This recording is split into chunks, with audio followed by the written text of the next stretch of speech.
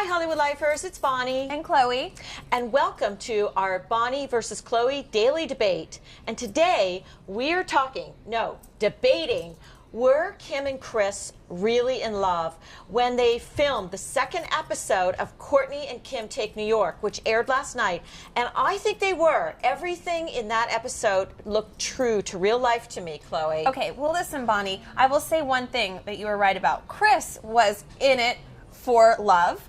Kim was not. Those were fake tears. She didn't even care when he went to Minnesota. And the only reason that she went to go beg him to come back to New York was because her sisters, Kourtney and Chloe, said, this is so weird. Newlyweds do not live apart, especially within the first month.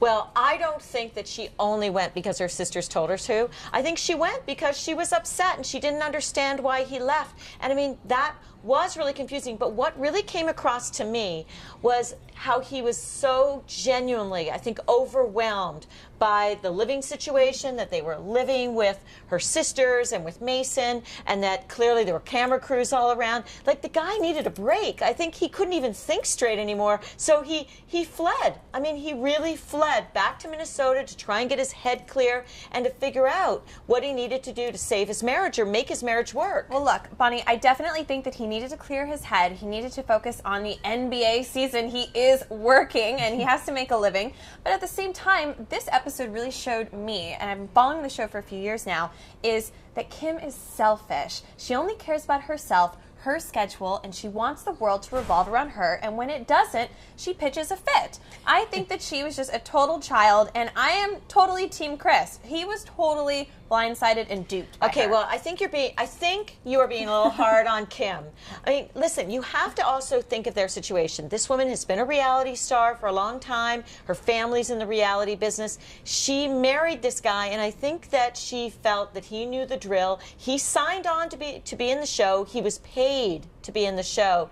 Now, I think he got into it, and it was more than he ever imagined it would be. He was overwhelmed. But I think what you saw, he went back to Minnesota. She went back because she knew she needed to work it out. And listen, she's the one who said, listen, we cannot be in separate cities. We cannot have a marriage based in two different cities, and there have to be other solutions to our problems than you living in one city and me another. And then she made good suggestions for how they could compromise. I definitely think that this season is going to be great for all of us debating this, because we're slowly seeing their marriage crumble, fall apart. She did file for divorce. The marriage is over. Something was wrong, and I see it. And it is a train wreck from the beginning. No, but you see, I can see that they were having problems that are not that different. Everybody in their first month of marriage has problems. It's a big adjustment.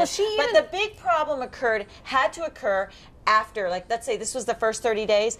You did not see anything that was going to lead to a divorce or that would lead her to leave him in those first 30 days. It had to be something in the next 42. Well, it looks like we will just have to tune in to see. And we want to know what you guys think. Do you agree with me that it was a total showmance? Or me, that they started out in love and something went terribly wrong, but not yet. We haven't seen it yet. It's still a mystery. So tell us what you think, Hollywood Lifers. Bye. Bye.